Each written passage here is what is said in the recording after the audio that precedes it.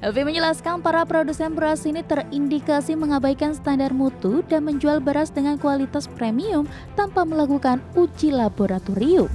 Helvi menambahkan 28 tersangka tersebut telah dilakukan proses penyelidikan dan cukup bukti melakukan tindak pidana perlindungan konsumen.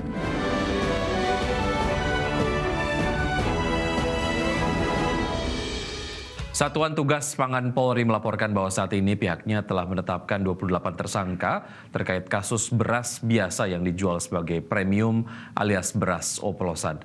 Pelanggaran ini dapat berujung pada pidana penjara paling lama 5 tahun atau pidana dengan paling banyak 2 miliar rupiah. Ketua Satuan Tugas Pangan Polri Brigjen Helvi Assegaf melaporkan bahwa saat ini pihaknya telah menetapkan 28 tersangka terkait kasus beras biasa yang dijual sebagai premium alias beras oplosan. Helvi menjelaskan para produsen beras ini terindikasi mengabaikan standar mutu dan menjual beras dengan kualitas premium tanpa melakukan uji laboratorium. Helvi mengungkapkan pada bulan Juli dan Agustus salah satu produsen beras yang terindikasi melakukan oplosan beras, yakni PT PIM, telah mengeluarkan beras dalam kondisi yang sesuai dengan komposisi. Selain itu, para produsen tidak perlu takut untuk melakukan produksi bila mereka mengeluarkan beras dengan komposisi yang sesuai tertera dalam kemasan atau label. Terakhir data 25 perkara, 28 tersangka. Dari hasil penyelidikan kita, memang kita mengambil tempus mulai Juni, ya, Juni 2025. Sejak Pak Menteri menemukan hasil uji sampling di pasar. Helvi menambahkan 28 tersangka tersebut telah dilakukan proses penyelidikan dan cukup bukti melakukan tindak pidana perlindungan konsumen. Pelanggaran ini dapat berujung pada pidana penjara paling lama 5 tahun atau pidana dengan paling banyak 2 miliar rupiah. Dari Jakarta, Ismalia Rizky Solehuddin, IDX Channel. Harga beras di pasar tradisional di banyak wilayah mengalami kenaikan. Ya, para pedagang mengungkapkan kenaikan harga beras sudah terjadi sejak 2 bulan lalu. Kenaikan harga beras membuat pedagang mengeluh lantaran sepinya pembeli.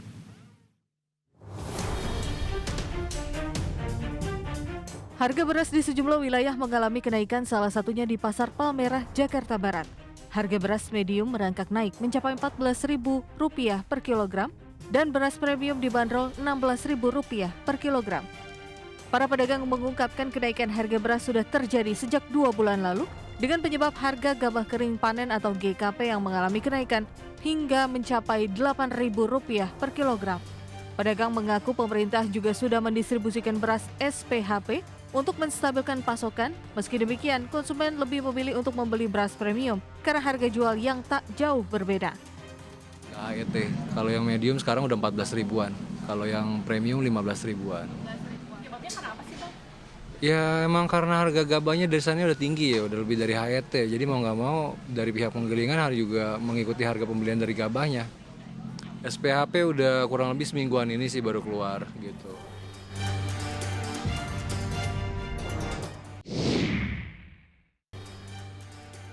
Beginilah kondisi Pasar Pon di Blitar, Jawa Tengah. Sejak sepekan terakhir, harga beras terus mengalami kenaikan baik jenis medium maupun premium. Kenaikan harga beras membuat pedagang mengeluh lantaran sepinya pembeli. Harga beras naik, Mas, hari ini. Itu yang jenis beras apa? Beras seleb sama beras premium. Beras seleb berapa, Mas? Beras seleb sampai eceran 14.000, Mas. Dari sebelumnya? Dari sebelumnya 12,5 13. Premium sampai 15 sama 15,5 ecerannya. Per kilonya. Para pedagang dan konsumen berharap pemerintah bisa menstabilkan harga sehingga harga beras di pasaran bisa kembali normal dan terjangkau oleh masyarakat. Tim Liputan IDX Channel.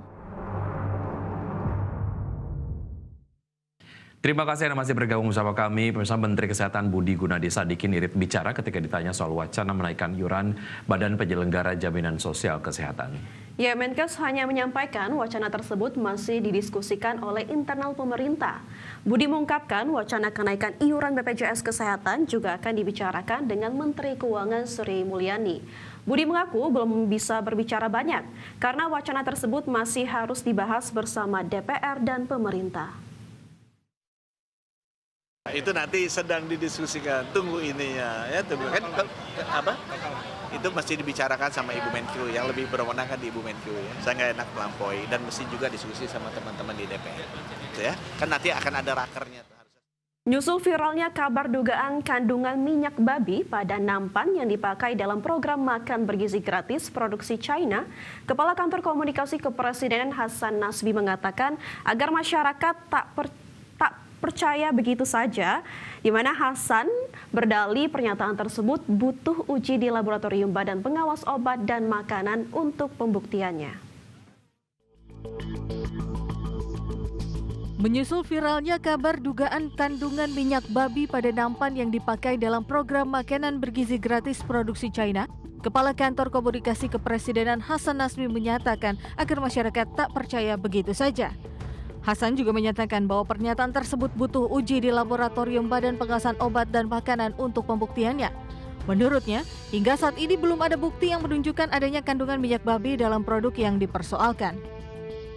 Kalau pembuktian misalnya soal nampan itu kan nanti bisa diuji loh.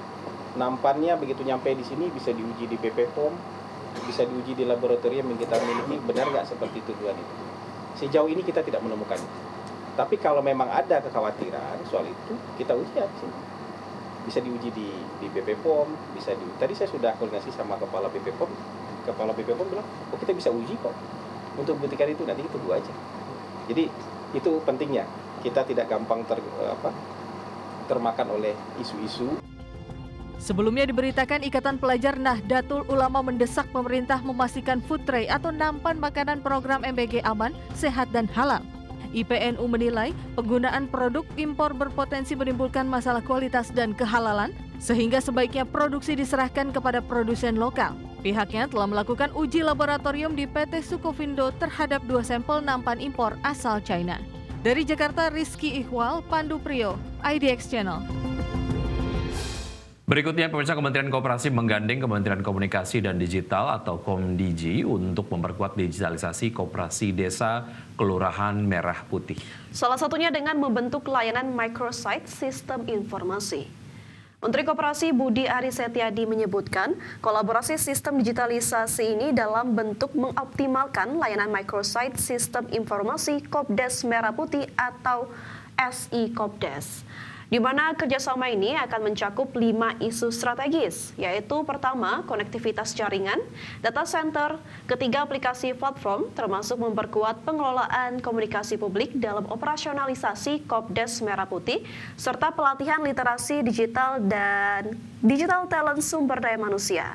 Nantinya pemerintah menyiapkan infrastruktur digitalisasi Kopdes Kelurahan Merah Putih, khususnya memperkuat infrastruktur pada daerah terdepan, tertinggal, dan terluar atau 3T. Mewujudkan digitalisasi koperasi di Indonesia, terutama memperkuat ekosistem digital dalam pengelolaan koperasi desa Merah Putih. Karena di Komdigi ini kan berbagai instrumen ada. Tadi ada 5 isu. 1 soal konektivitas jaringan, kedua data center, ketiga soal aplikasi platform, keempat soal pelayanan komunikasi publiknya, dan yang kelima adalah soal pelatihan digital talent sumber daya manusia digital dalam pengelolaan koperasi di Indonesia. Jadi 5 isu.